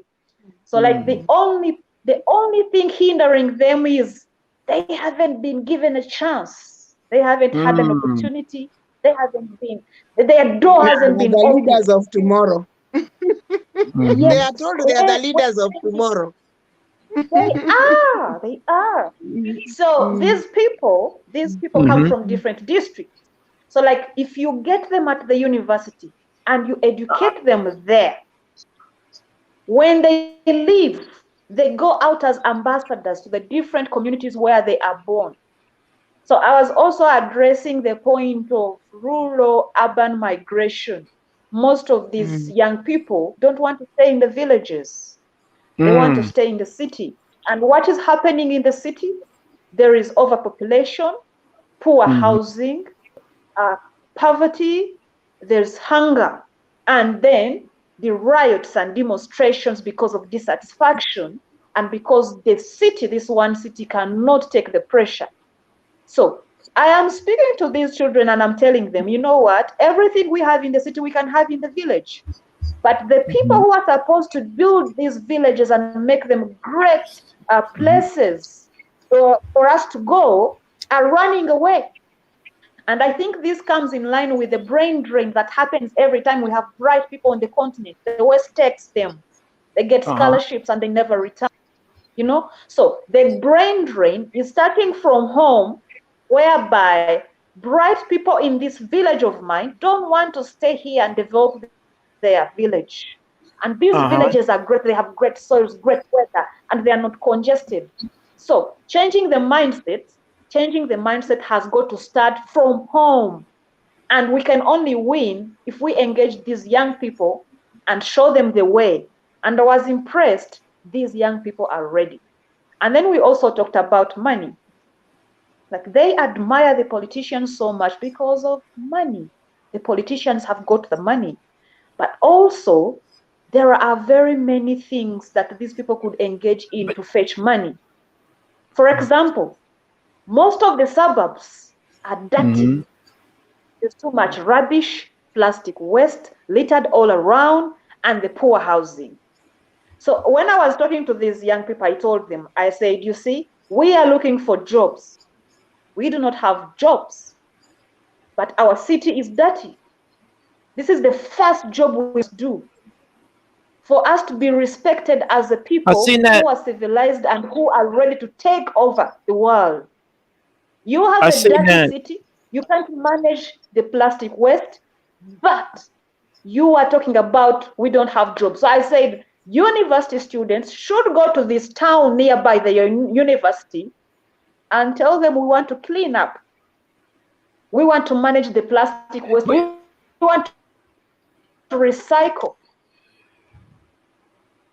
So this means these young people should be standing up with one voice and asking the people in power to support them in endeavors like this. Like, we need the young people to stand up, speak with one voice, and make sense and tell the leaders what they want. But you know what happens? Every time the leaders and politicians visit the communities, the young people are asking for money. They are asking for a little bit of money. You know, sometimes they are asking for a soda. So this is the reason why I emphasize all the time. I say, you are in this situation because you are asking for the wrong things. These people will never respect you. Leaders will never respect you. And the same goes for our leaders in power. When the Chinese and the Americans and Japanese come to Africa, how the Chinese when they come here and meet our leaders always fail to make negotiations. They fail to ask for the right things. They fail to make good plans and strategies for their own people. So the Chinese man will stand here and say, I'm taking all this land, I'm giving you a little bit of money. And the politician is like, yeah, let me sign. Give me the paper and pen, I want to sign. The politician is not thinking about his people, not thinking about the future of the land, not thinking about how this deal affects the land. Oh, what do we gain from the deal? So we have to raise up a generation that's able to read, that's able to analyze, and that, like the sister says, that's able to think. If they cannot think and negotiate the right and beneficial deals for their people, as Magufuli was doing, we are doomed. And so I say, I don't see a shortcut. I don't see a shortcut. The only way is for us to raise our children, because right now, somebody else is raising them. The system we left them to raise is so foreign to them, so foreign to the land, and it will never impart the values of the land in these children. And that's exactly what the truth is. Thank you very much for that. Yeah. And that's so true. Okay, in Kenya, we have what we call a devolved system of government, where we are saying that we want to turn the rural areas into urban centers. In other words, the services that people have been receiving in the urban centers should be decentralized so that people stay within the rural area.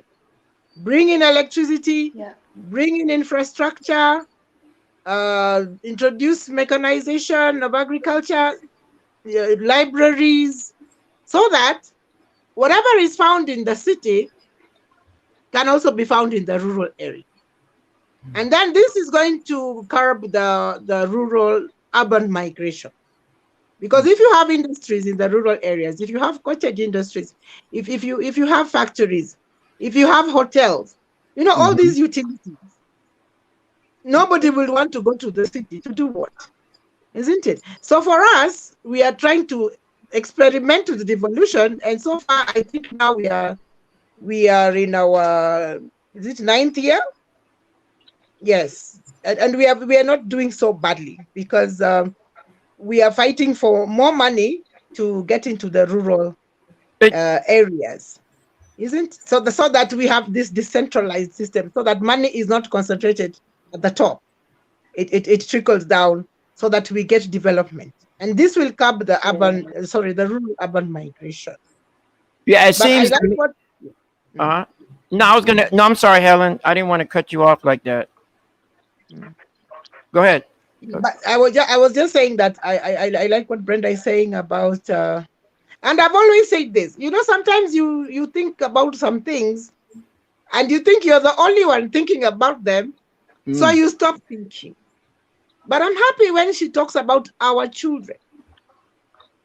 That is where we need to begin. And not only the children, I've noticed that even the parents of this generation need to be targeted. You know, they need to be assisted, because you might be you might be targeting the children and the young people, but the whatever you have taught again may be turned upside down when they get back home.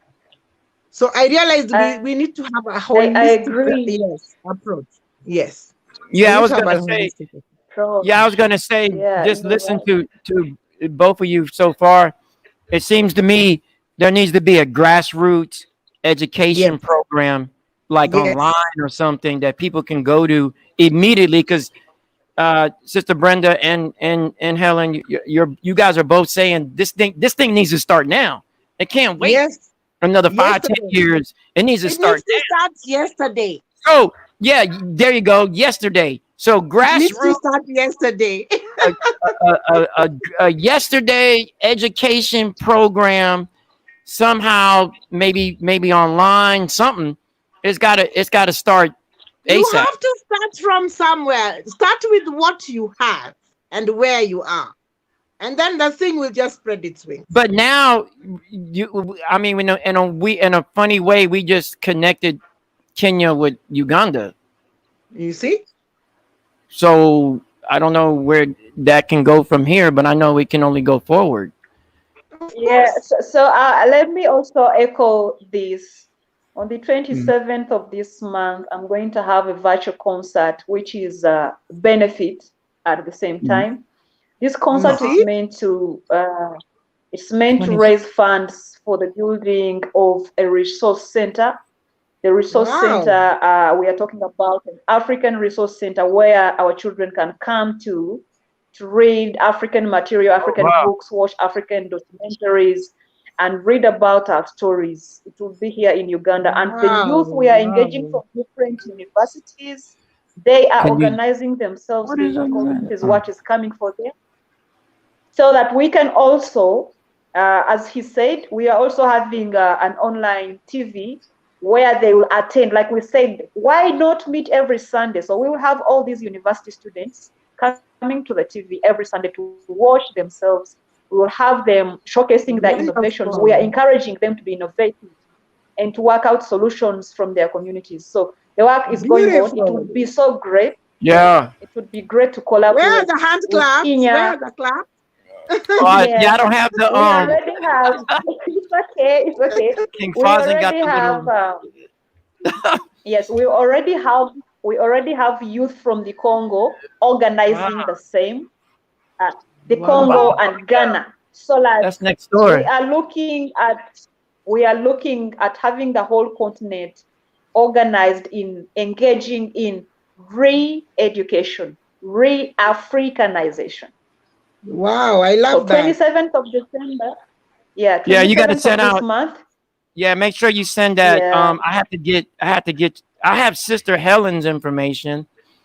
I'm gonna send you some more stuff on Pan-Africanism because very interesting, especially the father of Pan-Africanism. He was from the West Indies. I'll send it to you. Yeah. Anyway, no, but Brenda, for the resource center. We need more resource centers. We need libraries. Yeah, we need community centers. Yeah. Right. Yes, I gotta get Brenda. I gotta get your information so that way. We also need. What day is that? 27th this month. Yeah, that's on a Sunday. Yeah, the concert is Wake Up Africa Benefit Concert. I will perform. I'm an artist too, and some other people. We also have. I'm a musician. I can play my harmonica and my keyboard. Yes. Oh, you play a harmonica? You didn't know? Go to my Facebook page or my YouTube page. Yeah, that's a black, like an African American instrument. Yes, it is, and I do Negro spirituals. Yeah. Oh wow. Wow. Nobody knows the troubles Interesting. I see. So Uh-oh. we need the skill. We need the talent. Wow. All right. Yeah, We need I that. We need sing. Man. that. I've been singing all my life in big choirs. So I Okay. sang for All the right. president at one time. Okay. Oh wow. Wow. Yeah, Yeah. what do I So say? you got to get Brenda's stuff. You got to get her number and whatever and Yeah, information. yeah, yeah. I will perform. You know, many people have Yeah. never seen a woman play the harmonica, right? So I mean, I can't believe you're talking about the harmonic. Like I said, that you is can't believe. well. The Let reason me being look is because for it. it's Let a me give you a distinct. small. It's this like I know what harmonica is because I know the blues. I know the You know blues, the blues, huh? which is coming from yeah. Of course, I grew up on that music. My grandmother was a big blues fanatic, and so was my grandfather. But that's music that only most of the time only African Americans know about. So when you leave the country, if I go Mhm. if I go to France, most people ain't gonna talk to me Yeah. about the blues. They'll say reggae. They might talk to me about reggae or hip hop, but they don't know the blues. But I know the blues. I know I Blues. know Muddy Can Waters. I play something for you? Yeah. Oh Yeah. wow. Oh you yeah, go ahead. Yeah, go ahead. Might as well light it up. All right, go ahead. Yeah. Mm. Oh wow. Yeah.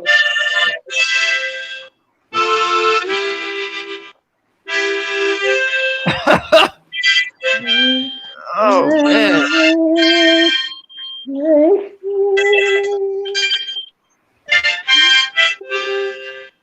Oh wow.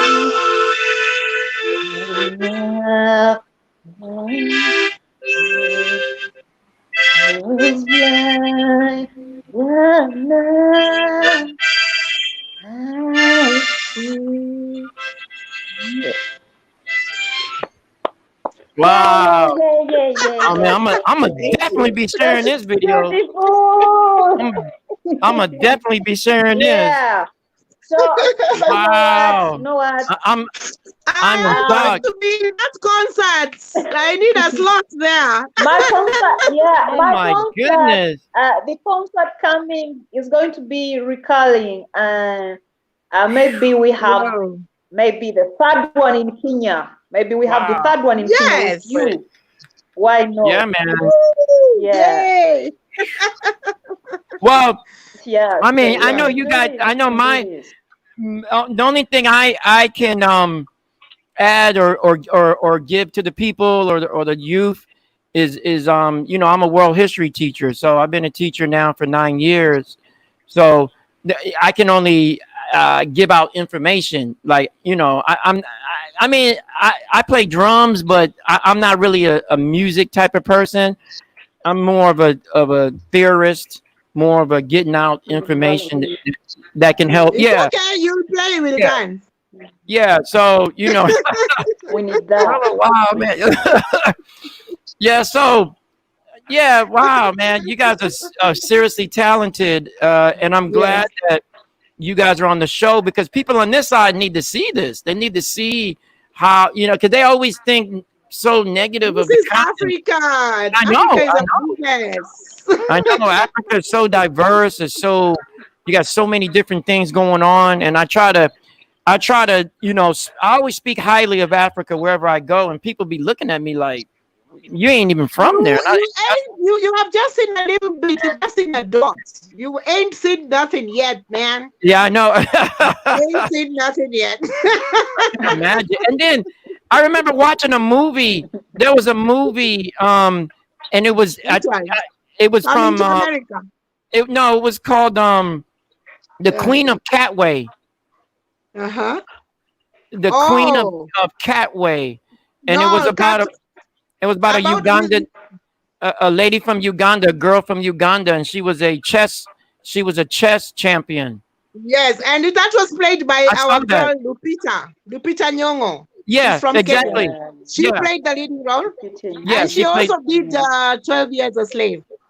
Right. Yeah, The movie 12 exactly. years a slave. Yeah. So I was Yeah. So like, yeah, I remember. Lupita plays But I that mean, part. Yeah. I don't go by the movies now because I know what Hollywood produces. I don't really go by that, but I'm just saying I remember the movie. But I also know about Uganda through there was this thing called the Lost Boys of Sudan. It was Mm-hmm. something, the Lost Boys of Sudan, and they The migrated out of invisible Sudan children. into Kenya. They had a camp called Kakama camp.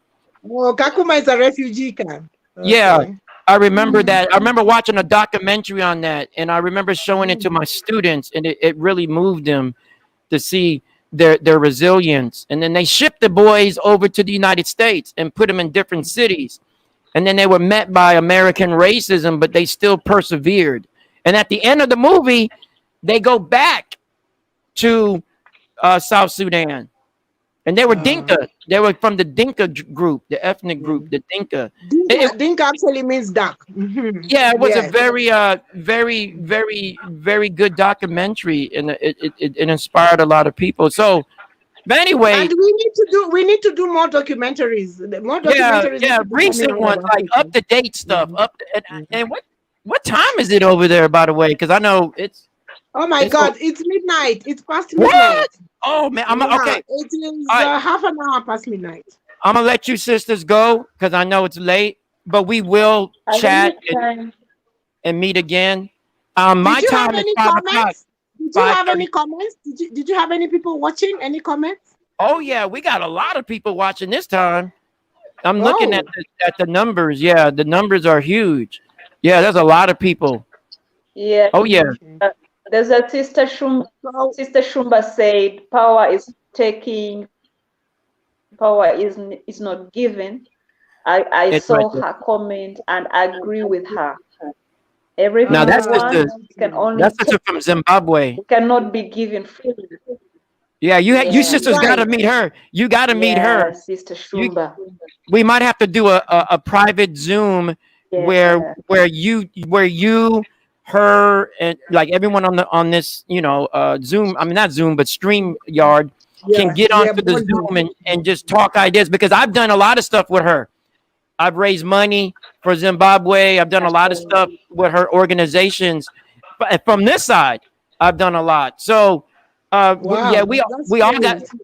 yeah, you two and Shumba, we definitely got to get together on a private Zoom Yeah. and plan Yeah. and trust me, that sister boy, she's no joke. No, yeah, that she's just like you guys. She's just like she has the African same. queen. Yeah, I'm noticing the women are taking over, man. Like the men need to move out the way. Oh, get out of the way, man. They If you need to are move not out. with us, you're in the way. Yeah, and I So definitely get out. support. I definitely support women. I have no problem with that. I mean, I came from a woman, so I have no problem supporting women. I don't have like I don't feel less of a man if a woman is in charge of certain things. It doesn't bother me. Oh, It good. does. Yeah. Now, I'm trying to teach that to some of our young men on this side because they're very chauvinistic. They're very, male dominated, which is No, it's not their fault. It is not their fault. It exactly is the programming. right. We Yeah, will that's that. deprogram. Right. That's not us Mhm. because back in the day, the majority of the people in charge was the Queen Mother. The Queen Mother was Yeah. at the top of the civilization. It wasn't The the elephant mother. In Africa, we right. call her the elephant mother. There you Yes. have it. There it is. Right there. Right there. I There am it from is. the elephant clan. And I Yes, noticed. I am And I from the noticed with elephant clan, so I love to hear that. you are. yeah. You see. You Ah, see. you You see? see. That's royalty there. And she is. She is, and so are Yes. you, Helen. And so is Shumba. And I keep telling you guys that, and it's happening. It's happening on a big scale. So Wow. we got to continue this energy, this positive energy, and continue to effect positive things with our people and all these, because the big things going on, big things. Yeah. Big things. All right, so I'm gonna let you sisters go. I know it's late. Yeah. It's getting Well, hot now. I'll be sending out I'd like to a hear. a link, and we'll all meet up because I'm off of school till August. Oh, So I'll so get with Shumba. you got time. You got time. Yeah, a lot of Got time. time I'll on get your with hands. Shumba and we'll plan a Zoom where we, where we get together and speak in private and so forth. But you got to That meet would that be sister. Okay. Man, that's just, Yeah. Okay. man. Okay. looking forward. I All know right. African women. African women are just great. You Okay. know, Yeah, we of can't course. help it. Yeah, yeah. It's a natural thing. It's our weakness. Yeah, and I've been reading. I've been like, man, wow, it's amazing, man. But anyway, yeah, wow, you still got me shocked with that harmonica. Oh my goodness. Wait till you see wait till you see me playing the keyboard. Oh wow, yeah, I gotta see that. Yeah, we definitely got it. Yeah, but I'll do my own concert and then and and then raise Brent, money from my own resources. there you go, there you go. And then Brenda, like I said, if we'll speak if you got anything, like you already mentioned the thing on the 27th. I'm already got ideas for that on this side to try to assist with that. And yeah, we'll talk. We'll talk. Yeah, we'll talk. I'll share Wow, a you link got with you. I'll share a link with you. More information. I'll share more yeah. information with you. That would be nice. Yeah, please, please, dude. I'm in the group, the UNAF group, and I'll get Okay. I'll get your number, whatever. We'll hash it out. We'll get it straight. Yeah. I'm in the group too. I'm in the group too, so I will get the number. Yes, thank you. Yeah, you could DM me, Helen. You can reach out to me whenever. You guys can reach out Helen. anytime. Yes. Anytime. Okay. Yeah, Helen, 'cause thank you. Thank you for being on the show and being a great contributor. I hope we meet soon. We're You're welcome. neighbors, so no excuse. yeah. You You're guys are so neighbors. close, so close. Yeah. By the Yeah. way, I have been to Uganda 3 times. You need to go rent a helicopter. I was in Nkozi, Uganda Matters, for a conference. Okay. Then I was also at Makerere at one time. And I stayed at, what was the name? Sportsview Hotel? Sometime back, many years ago. Yeah. So Wow. there is no excuse not to visit each other. We are not Right. far from each other. Okay. We are neighbors. And So please thank you invite guys. me. Invite me. Thank you so much. I will. I will get your number. Invite You're in me. the group too? Yes. Yeah. Yes, she's in the group. She's in UNAF. So Yes, she's in the we group. will talk more. Yeah. So we'll Yeah. talk But more. by And, the way, we'll see. We'll see. Mm. let me blow my trumpet a little bit. I was honored by the American government because of mentoring university women. 300 of them. Oh wow. I used to mentor the girl, into leadership because many of them just wanted to get married, after college. But some of them are now serving politicians. I'm very proud of them. So I know what Brenda is talking about when she says, talking to these people, you ignite a fire that just blows up and they are just ready to rock. So invite me. I'll also come and talk to them. I will come to UG. We call it UG in Kenya. Thank you. Thank you so much. UG, Thank you so we are much. coming. All right. Thank you, Brenda. Nice meeting you, and thank you for your wonderful insights. Nice meeting you too. Yes. Nice meeting you too, sis. So, Brother Ajam, I think it was great to be on the show with you today. Thank you. Being a teacher, we shall need your services. We shall need your services so much. Yeah, I was telling Helen, I got a curriculum. I got an African curriculum. I was telling Helen, it just has to go into the right hands.